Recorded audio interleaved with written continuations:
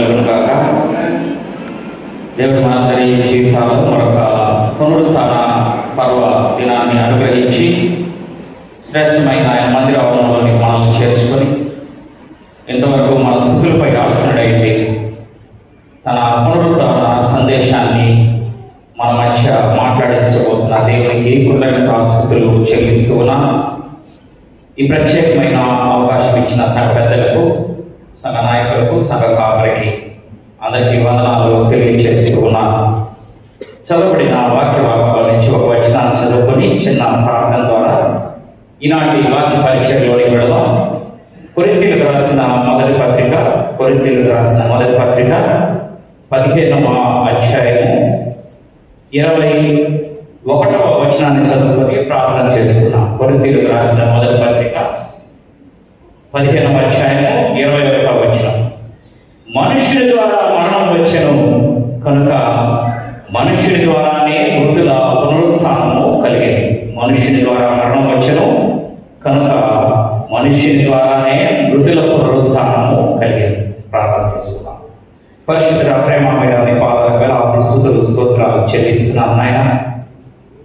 ఈ మధ్యాహ్న సమయంలో మీరు ప్రేమించి ఆశీర్వదించినటువంటి నీ సంఘము శ్రేష్టమైన నీ మందమతిలోనికి మమ్మల్ని అందరినీ చేర్చుకొని మాతో మాట్లాడిన దేవా, నన్ను మమ్మల్ని అందరినీ పాదాల వద్ద పెట్టి మొరపెడుతున్నాను. ఈ లోకపు జ్ఞానాన్ని మరుగు చేయి. మీరే నాతో మాతో అందరితో మాట్లాడాలి. వినగల చెవులను, గ్రహించగల మనస్సును, ఆచరించగలిగినటువంటి మంచి జ్ఞానం అనుగ్రహించున్నాం. ఈ కొద్ది మనకు మా ప్రభువైన యేసయ్య పరిశుద్ధ నామమున బ్రతిమలాడి వేడుకొనుచున్నాము తండ్రి. ప్రపంచంలో చాలా మంది చాలా విధాలుగా విజయాలని చవి చూస్తూ ఉంటారు. ప్రతి వ్యక్తిత్వానికి ఒకరోజు విజయం ఉంటుంది. చిన్న విజయం అవ్వచ్చు, పెద్ద విజయం అవ్వచ్చు.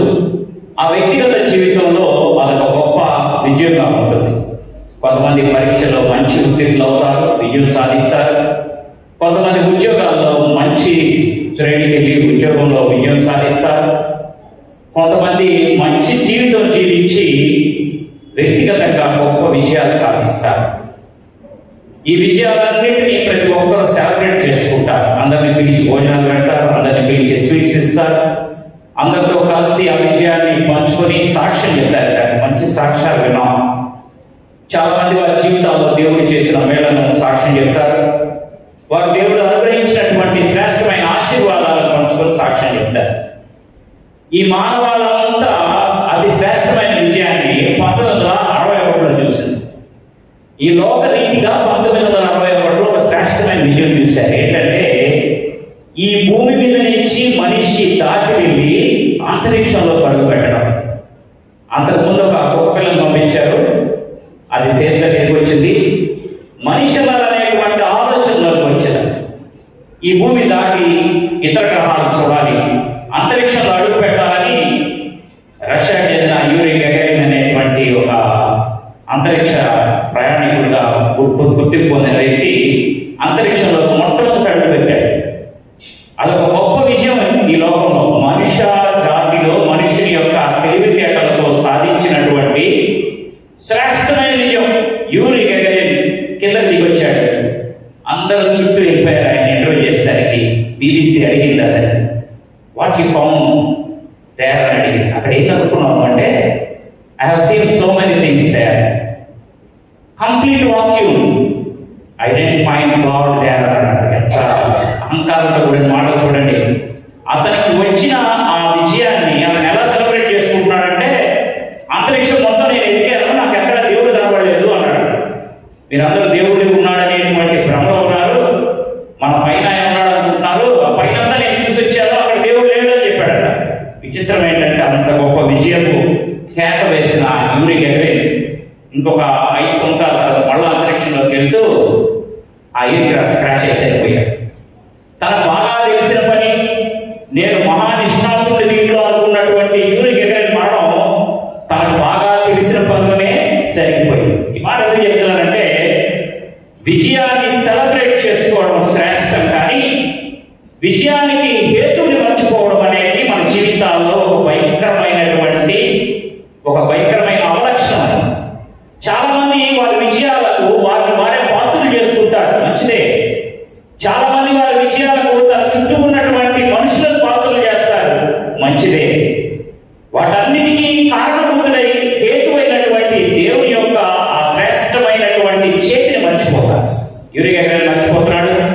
ఎంతమంది మర్చిపోతున్నాం?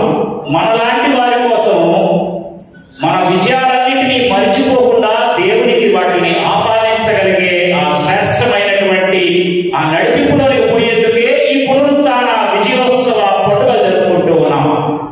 ఈ పునరుత్థానం రోజు, క్రీస్తు పునరుత్థానం రోజు ఈ శ్రేష్టమైనటువంటి ఆశీర్వాదకరమైనటువంటి పర్వదినాన్ని జరుపుకుంటున్నాం. క్రీస్తు పునరుత్థానంలో ఉన్నటువంటి అత్యున్నతమైనటువంటి శ్రేష్టత ఏంటో తెలుసా? మనిషి ఎంత తిరిగి తీరిపోయాడంటే క్లోనింగ్ చేస్తూ ఉన్నాడు. క్లోనింగ్ అంటే మనలాంటి మనిషిని ఇంకొకరిని సృష్టించడం, నాకున్న లక్షణాలతో ఇంకొకరిని సృష్టించడం. ఇన్హెరిటెన్స్ అనే కాన్సెప్ట్ లో, జీన్స్ అనే కాన్సెప్ట్ లో నా బిడ్డకి నాకున్న లక్షణాలు వస్తాయి. ఇది సైన్స్, ఆటోమేటిక్ సైన్స్ ఇది.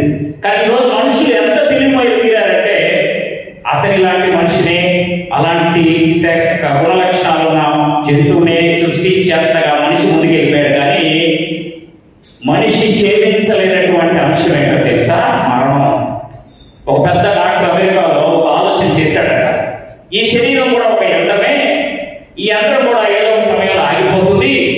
ఎలాగైతే ఆగిపోయినటువంటి యంత్రానికి ఎక్కడ మోపిది ఉందో కనుక్కొని మళ్ళా యంత్రాన్ని ఎలాగైతే మనం ప్రారంభిస్తామో, తిరిగి ప్రారంభిస్తామో, అలాగే ఈ దేహాన్ని కూడా ప్రారంభించవచ్చు. ఈ ప్రాణం ఎలా పోతుందో చూస్తానని పెద్ద అవతారాన్ని అడగట్టి చనిపోయే మనిషిని పెట్టి, వీడి ప్రాణం ఎక్కడికి వెళ్తుందో నేను చూస్తానని పెట్టాడు.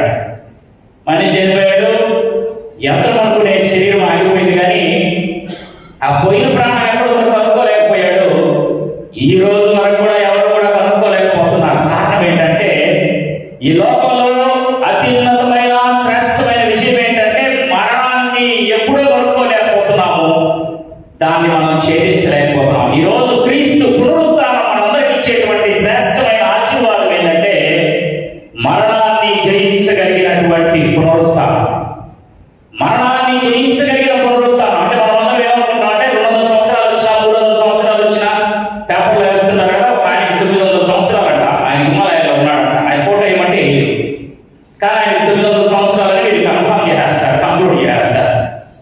దేవుడు అనుగ్రహించేటువంటి మరణం పైన విజయం అని కాదు.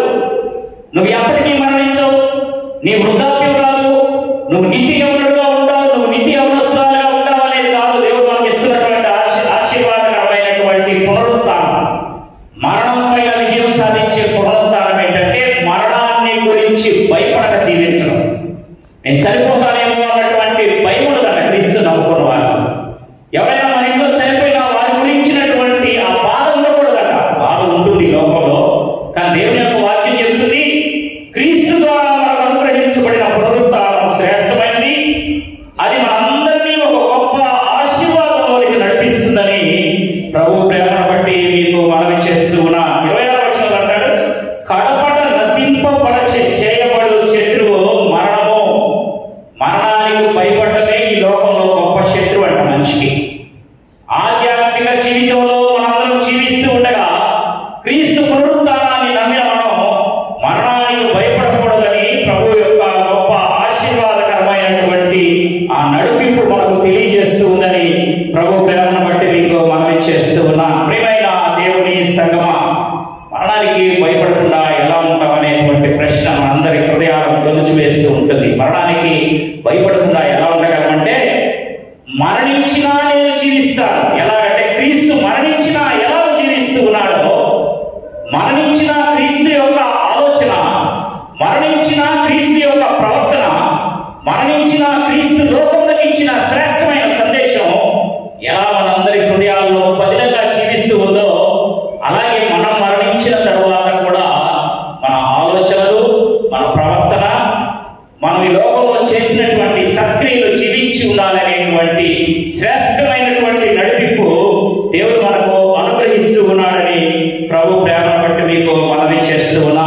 ఈ లోకంలో ఈ శరీరంతో పాటు ఏ రోజైతే నీలో ఉన్న అహంకారం నశించిపోతుందో, ఈ లోకంలో ఈ శరీరంతో పాటు నీలో ఉన్నటువంటి శరీరేచ్ఛలు నశించిపోతాయి, ఈ లోకంలో నీతో పాటు ఉన్నటువంటి పాపపు ఆలోచన నశించిపోతుందో, నీవు నిత్యమైన జీవంలోనికి నడిపించబడతావని ప్రభు ప్రేమను బట్టి మీకు మనవి చేస్తున్నా.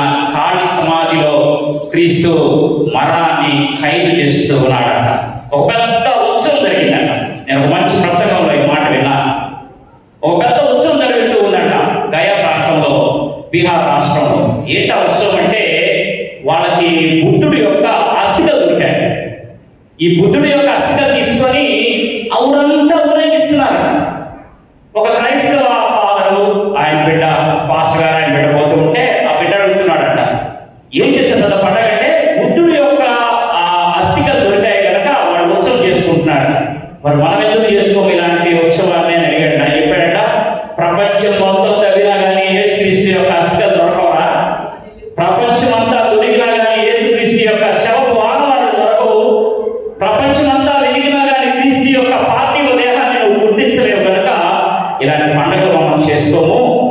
క్రీస్తు యొక్క సమాధి ప్రపంచం మొత్తంలో స్థాయిగా ఉన్నటువంటి సమాధి క్రీస్తు ఒకటే. దేనికి నిదర్శనం తెలుసా? రేపు మన సమాధుల్లో నుంచి మనం లేపబడతాం. మనందరికీ 30 సంవత్సరాలు అవుతుంది.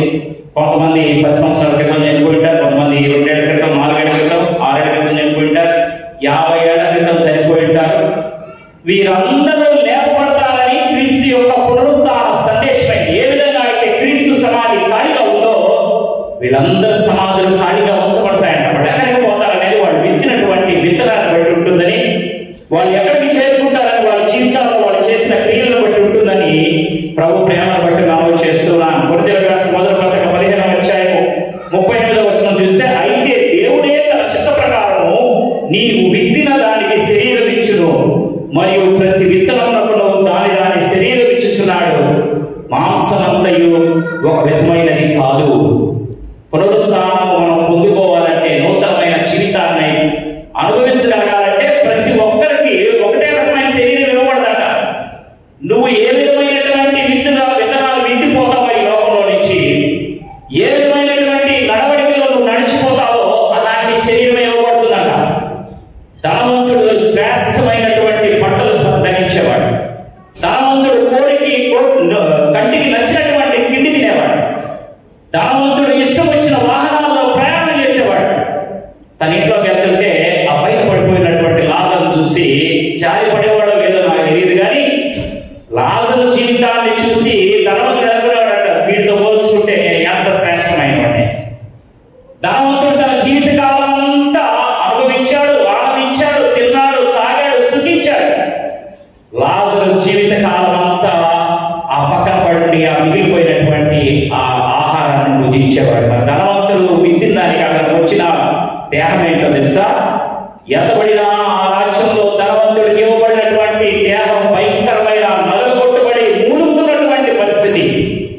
మరి లాజరుకి ఇవ్వబడింది శ్రేష్టమైన అబ్రహాము రొమ్ము ఆనుకుని కూర్చోగలిగినటువంటి స్థితి. మరి లాజరు విత్తనం ఏందో అనుకుంటున్నారేమో. దేవుని యొక్క ఆ దృష్టాంతాన్ని మనం బాగా పరిశీలించి దాన్ని ధ్యానిస్తే మనకు అర్థమవుతుంది. లాజరు ధనవంతుని ఇంటి బయట కూర్చొని తన జీవితకాలం అక్కడ పడేసినవి తిన్నాడు, కానీ ఇంటిలోనికి వెళ్ళి దొంగలించాలనేటువంటి ఆలోచన కలగలేదు. మోసపుచ్చి ఆహారాన్ని సంపాదించుకోవాలనేటువంటి ఆలోచన కలగలేదు.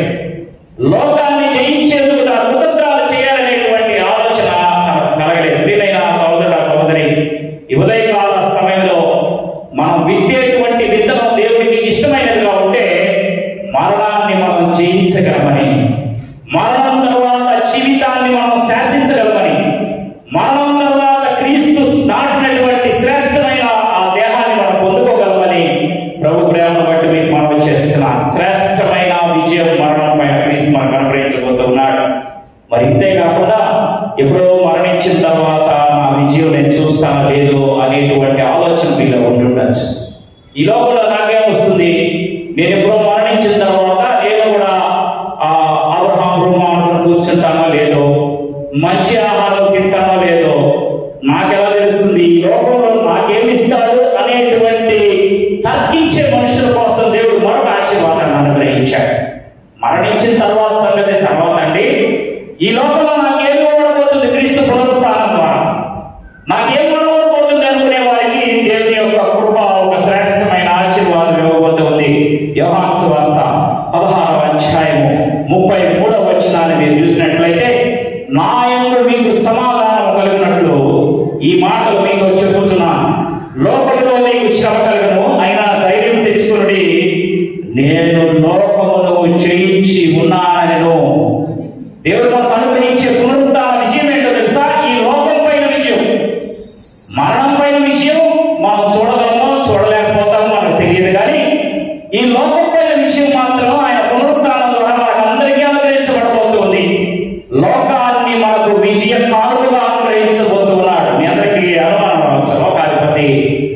లూసిఫర్ కదా. పరిశుద్ధ గ్రంథంలో ఎక్కడ కూడా లోకాధిపతి లూసిఫర్ అని రాయబడ్డేది. ఇది మన ఇంటర్ప్రిటేషన్. లూసిఫర్ చెప్పుకున్నటువంటి తన సొంత జ్ఞానం మాత్రమే తప్ప లోకానికి అధిపతి లూసిఫర్ కాదు. ఎందుకంటే లూసిఫర్ లోకాన్ని ప్రారంభించలేదు, లూసిఫర్ సృష్టికర్త కాదు, లూసిఫర్ సృష్టిలో తన ప్రమేయం లేదు. ఈ సృష్టి అంతా ముందుకు వెళ్ళే దాంట్లో లూసిఫర్కి సంబంధం లేదు. కాకపోతే సృష్టిని లోపరుచుకునేందుకు తన యుక్తిని ఉపయోగించేటువంటి విషసర్పమైనటువంటి లూసిఫర్ తనకు తానుగా ఈ లోకానికి అధిపతిగా తనకు తానుగా ప్రకటించుకుంటూ ఉన్నాడు. కానీ దేవుడు చెప్తూ ఉన్నాడు, ఈ లోకానికి అధిపతి ఎవరంటే క్రీస్తు. లోకానికి అధిపతి క్రీస్తు. లోకాన్ని ఎవరికి కానుకగా ఇస్తున్నాడంటే మనిషికి కానుకగా ఇస్తున్నాడు. ఆదికాండం 1:28 వచనం చూడండి. ఆయన వారిని ఆశీర్వదించిన విధంగా నీవు లోకంలోనికి వెళ్ళి దాన్ని నింపి దాన్ని అనుభవించు, దాన్ని పూర్తిగా ఏలు, దాంట్లో ఉన్నటువంటి ప్రతి చరచరానికి, ప్రతి జంతువుకి, ప్రతి కాయకి, పండుకి పేరు పెట్టు. దేవుడు మనకి ఇస్తున్నటువంటి శ్రేష్టమైన ఆశీర్వాదం ఇది. ఈ లోకానికి అధిపతి క్రీస్తు. లోకానికి మనం ఎవరు అంటే రిప్రజెంటేటివ్స్. దాన్ని మనం అనుభవించేందుకు యోగ్యత గలవారు మనం ఈ లోకంలో. కానీ మనం ఏం చేస్తున్నామంటే దేవుడు మనకిచ్చిన ఆశీర్వాదాన్ని సాతానికి పొదువు పెట్టేస్తూ ఉన్నాం.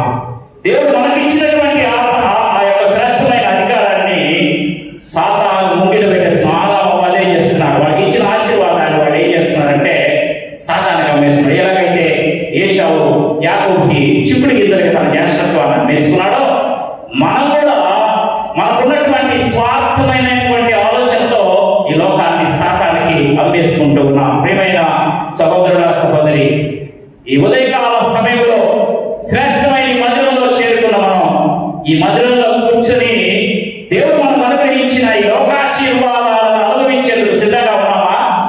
లేక ఈ లోకాశీర్వాదాలను మనుషులకు తాకట్టు పెట్టేందుకు సిద్ధంగా ఉన్నామా? నీకు ఇవ్వబడిన ఆశీర్వాదాన్ని ఇంకొకరికి తాకట్టు పెట్టేస్తున్నావా? ఇంకొకరి ఆలోచనలోకి వెళ్ళిపోతున్నావా? ఎవరైనా వచ్చి నువ్వు ఈ సంఘంలో ఇంకా హెచ్చింప యోగ్యుడివి, నువ్వు ఈ సంఘంలో ఇంకా హెచ్చింప యోగ్యురాలివి అంటూ ఉంటే మనం వారి మాయలో పడిపోయి ఈ లోకంలో దేవుడు మనకు అనుగ్రహించిన ఆశీర్వాదాలను తాకట్టు పెట్టేస్తున్నావా?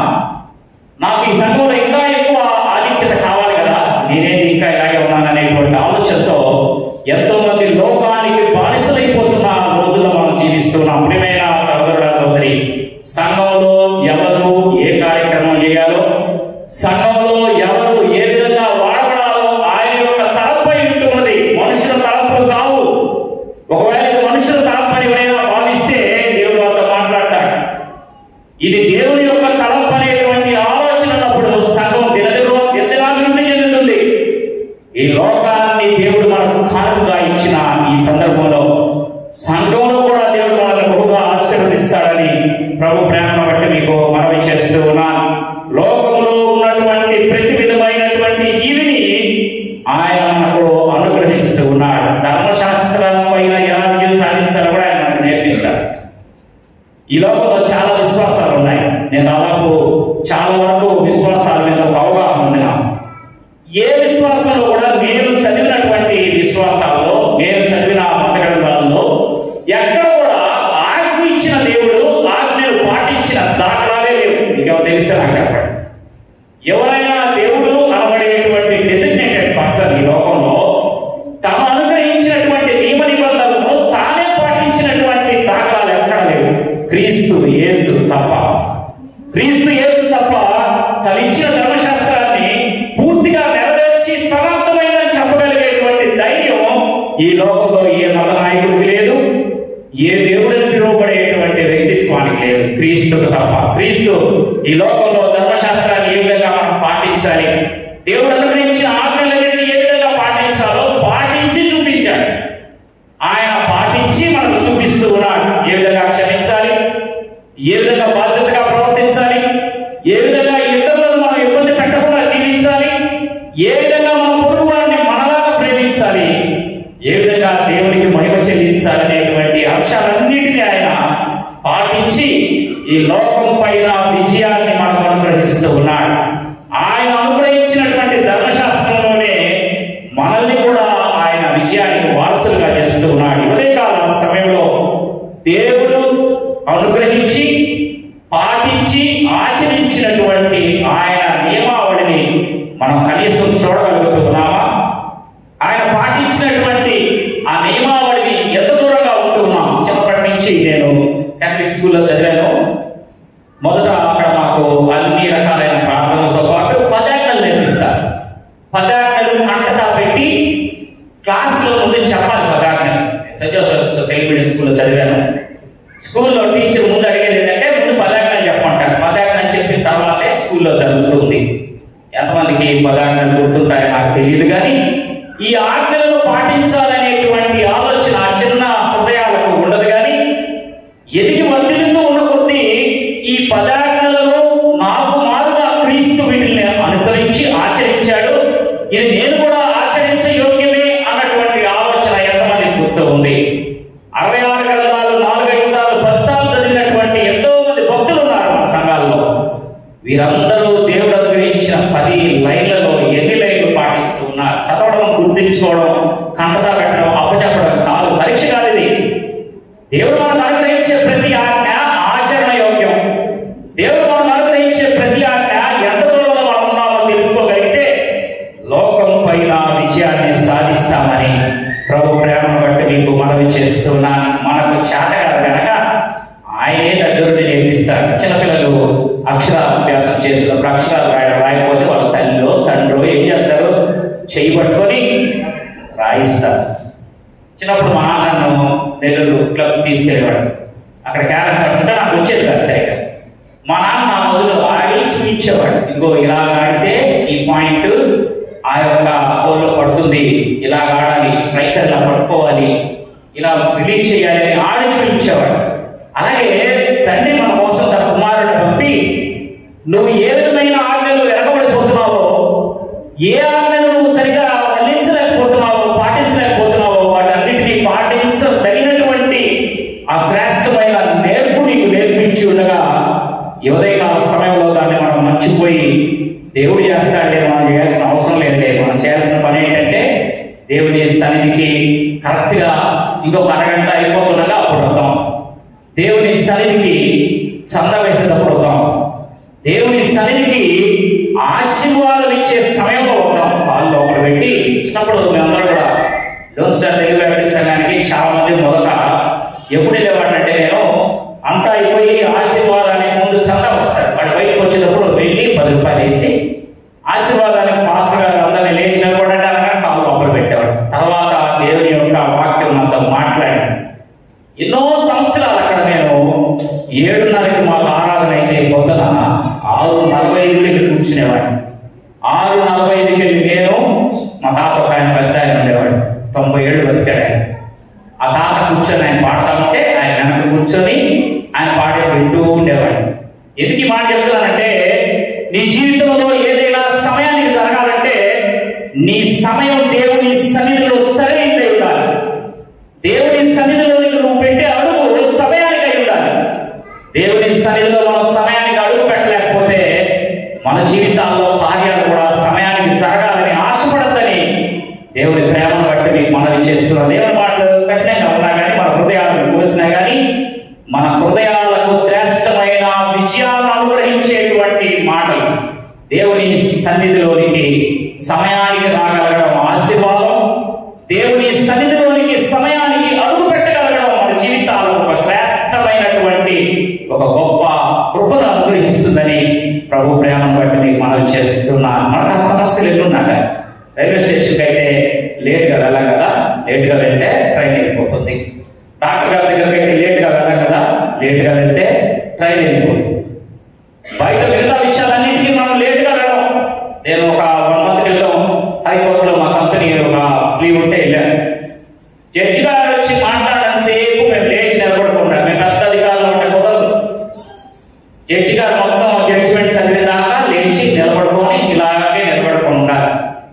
ఆయన 10 నిమిషాలు లేటుగా వచ్చినా పర్లేదు, కానీ మనం సమయానికి పోయి అక్కడ ఉండాలి. ఇన్ని ప్రదేశాల్లో మనం సమయాన్ని పాటిస్తున్నాం. మనం దేవుని సన్నిధిలోకి వచ్చేసరికి సమయం మనకు సరిగా ఉండట్లేదు.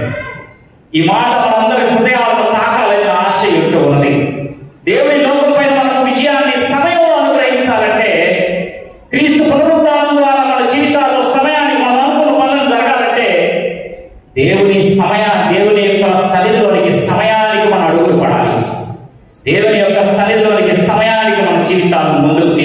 ఉండాలి. కొన్ని సందర్భాల్లో అయితే మనం 11:30-12కి వచ్చినా కానీ 1 గంటకి ముగించేయాలి ఆరాధనని, లేకపోతే వాచ్ వైపు చూస్తూ ఉంటాం. మన సమయం అయిపోతుంది. మనం వచ్చిన సమయం అయిపోయేటువంటి సమయం చూస్తాం కానీ వచ్చిన సమయం చూడాలి. మన జీవితాల్లో శ్రేష్టమైన ఆశీర్వాదాలు మనం పొందుకోవాలంటే దేవుని సన్నిధిలో సమయానికి రావాలని ప్రభు ప్రేమ బట్టి మీకు మనం చేస్తున్నా. క్రీస్తు పునరుత్థానం మరణంపై మనకు విజయాన్ని ఇస్తుంది, మరణంపై గొప్ప ఆశ కలిగిస్తుంది.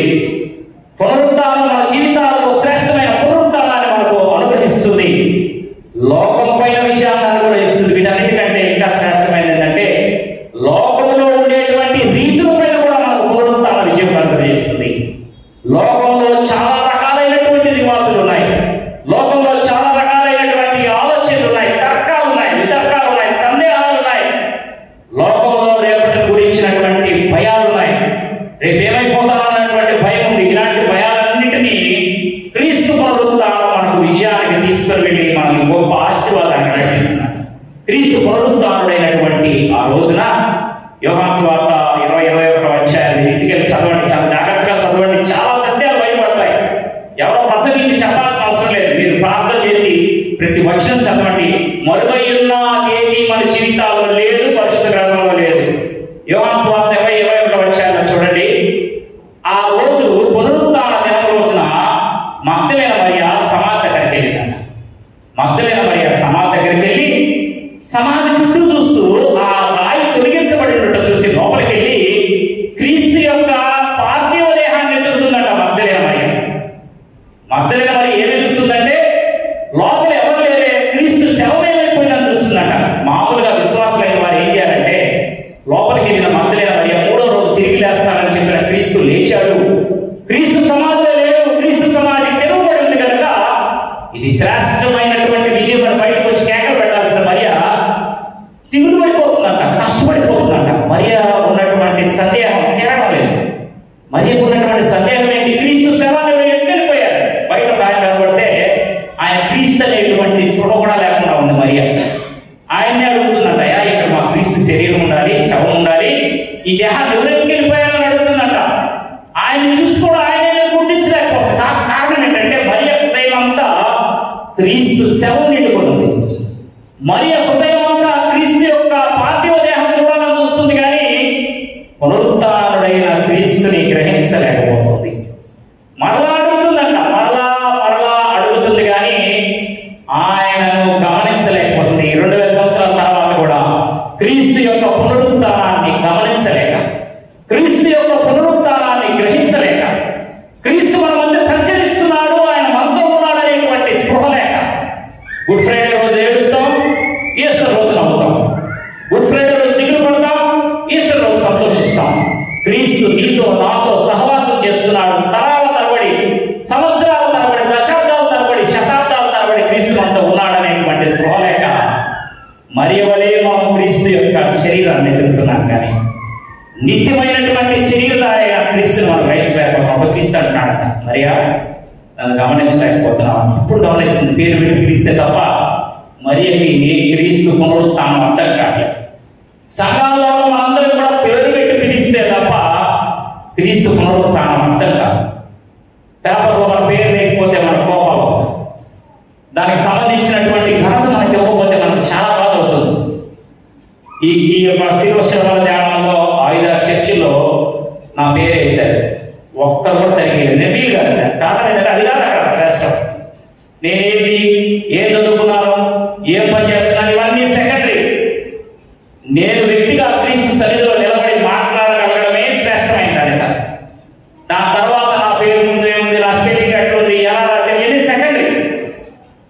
వీటన్నిటిపైన ధ్యాస లేక దేవుడు నాకు అనుగ్రహించే శ్రేష్టతను గమనించాలని మగ్దలేన మరియ నా పేరు పెట్టి పిలిచే వరకు ఉండగా దేవుని సన్నిధిలో నిలబడి ఆయన సాక్షులుగా ఉండాలని ఆయన పునరుత్థానం మన సందేహాలన్నింటినీ పటాపంచం చేస్తుంది.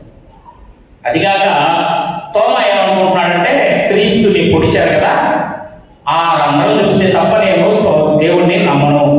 నువ్వు పునరుత్థానం చెప్తున్నారు కానీ, నువ్వు మరలా మా మధ్యకి వచ్చావని చెప్తున్నారు కానీ, నిన్ను తాకి ఆ యొక్క పొడిచినటువంటి గాయాన్ని నేను చూస్తే తప్ప, ఆ గాయంలో నా చేతి వేళ్ళను పెడితే తప్ప నేను నమ్మను అంటున్నాడు. ఇతను ఒక తర్కవాది, ఈ లోకంలో అలాంటి తర్కవాదులు ఎంతో మంది ఉన్నారు. తోమా ఆ రోజు మరణించి ఉండొచ్చు కానీ, భారతదేశానికి వచ్చి మరణించి ఉండొచ్చు కానీ, అలాంటి తర్కం చాలా మందిలో ఉంది. క్రీస్తు నాకు కనబడమను, నా జీవితంలో ఈ మేలు చేయమను, మా ఇంట్లో ఈ మంచి చేస్తేనే నేను క్రీస్తుని నమ్ముతాను, నేను ఆయన తాకి చూస్తాననేటువంటి తోమాలు మన జీవితాల్లో ఎంతో మందిగా గమనిస్తూ ఉన్నాం, ఎంతో మందిని చూస్తూ ఉన్నాం.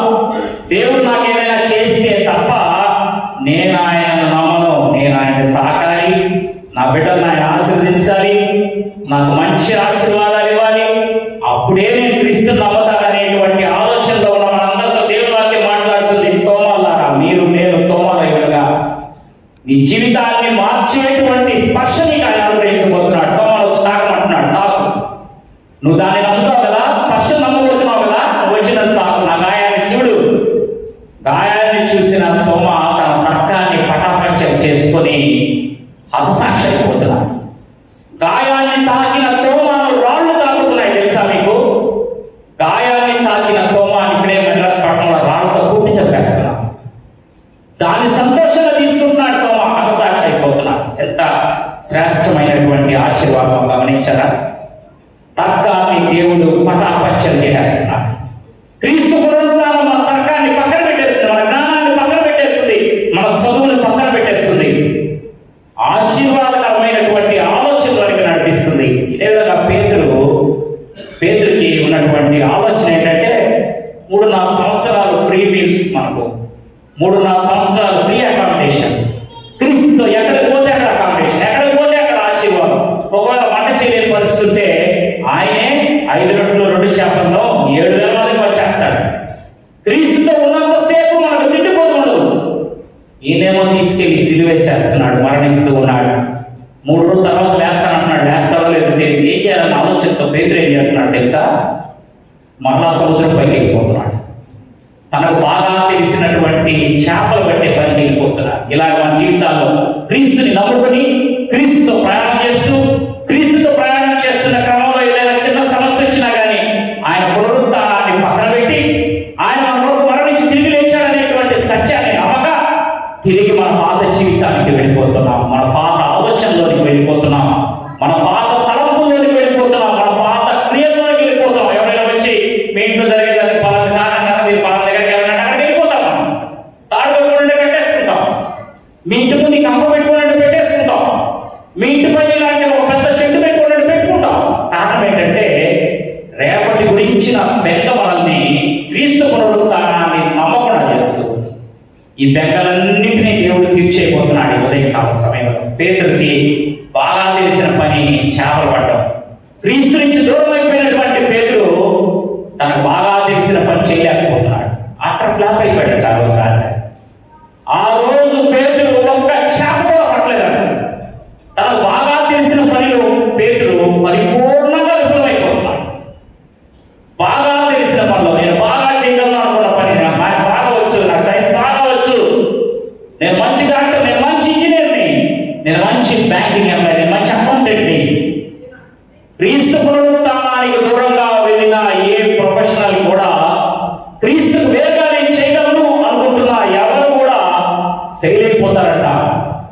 ఒంటి చేత్తో 1000 మందిని చంపగలిగినటువంటి వాడు, ఒంటి చేత్తో క్రూర మృగాలను చేర్చగలిగినటువంటి సంసోను దేవుని పునరుత్థానానికి దూరమై ఏమైపోయాడు తెలుసా? అంధుడైపోయాడు, కట్టివేయబడ్డాడు, శక్తి లేక నిలబడుకొని ఉన్నాడు. ఈ ఉదయకాల సమయంలో నా శక్తి, నా బలం, నా ధనం, నాకున్నటువంటి ఘనత, ఈ లోకంలో నాకున్నటువంటి శ్రేష్టమైన తలంతులు అనుకుంటూ ఉన్నావా?